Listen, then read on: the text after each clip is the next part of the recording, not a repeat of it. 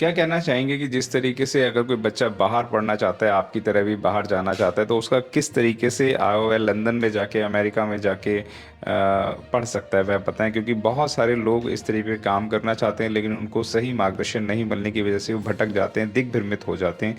तो किस तरीके से एक शोषित समाज के बच्चे या बहुजन समाज के बच्चे बाहर जाके पढ़ सकते हैं, ऐसी कौन सी पढ़ाई उनको करनी चाहिए?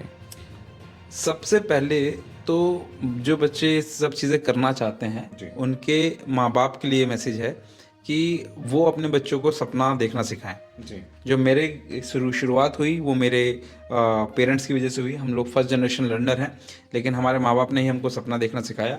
जी। और जब आप एक बार सपना देख कर एक ज़िद्दी एटीट्यूड अपनाते हैं जी।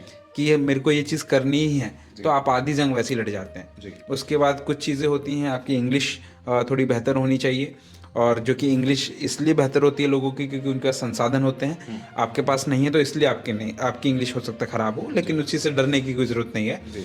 हर चीज़ को इम्प्रूव किया जाता है, तो हो सकता है आपको 1 साल ज़्यादा लग जाए, लेकिन मंजिल दूर नहीं है। जी। दूसरी चीज़ ये कि हर कंट्री का एक एप्लीकेशन प्रोसेस होता है। आप अपने इंटरेस्ट को देखते हुए उस कंट्रीज़ के अंदर यूनिवर्सिटीज़ को ढूंढें, और उस यूनिवर्सिटीज़ का ढूंढने के बाद स्कॉलरशिप को ढूंढें। कुछ स्कॉलरशिप जो हैं वो गवर्नमेंट बेस्ड हैं, और कुछ जो हैं विदेश की स्कॉलरशिप हैं। जैसे एक NOS है, नेशनल ओवरसीज स्कॉलरशिप। फिर उसके बाद आपकी स्टेट गवर्नमेंट की स्कॉलरशिप हैं, जो कि महाराष्ट्र में है, राजस्थान में है, तेलंगाना में है, दिल्ली में है। इन सब स्कॉलरशिप के अंदर बहुत कमियां हैं, जी। लेकिन उसके बावजूद भी काफ़ी हद तक ये स्कॉलरशिप जो है मदद करती हैं।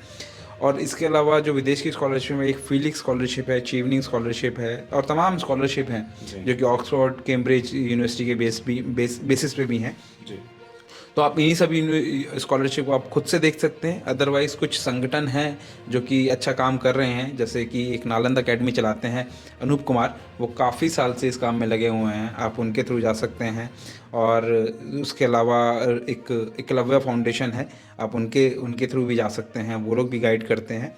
और एक प्रवीण निकम करके हैं, उनका भी एक अपना एक ऑर्गेनाइजेशन है, आप उनके थ्रू भी जा सकते हैं। और तमाम ऑर्गेनाइजेशन हैं जिनके थ्रू आप जा सकते हैं। और आपको लगे कि किसी तरह अगर मैं मदद कर सकता हूँ, और जो कि मैं कुछ बच्चों, मेरी लिमिटेड कैपेसिटी है, तो मैं उनको गाइड करता हूँ। कुछ बच्चों के एडमिशन हुए भी हैं उनकी वजह से, and I feel very fortunate for the same.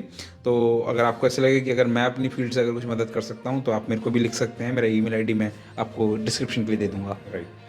Sushant जी के लिए एक मेरे को शेर यहाँ पे याद आ रहा है, और वो ये है कि मैं निकला था अकेला, लोग जुड़ते गए और कारवां बन गया। तो ऐसा कारवां बन गया कि लंदन के अंदर जाके परचम लहरा दिया। अगर आपने अभी तक हमारा चैनल सब्सक्राइब नहीं किया है तो सब्सक्राइब करें, और घंटी का बटन बिल्कुल भी दबाना ना भूलें, ताकि सभी लेटेस्ट खबरें पहुँच सकें आप पे सबसे पहले।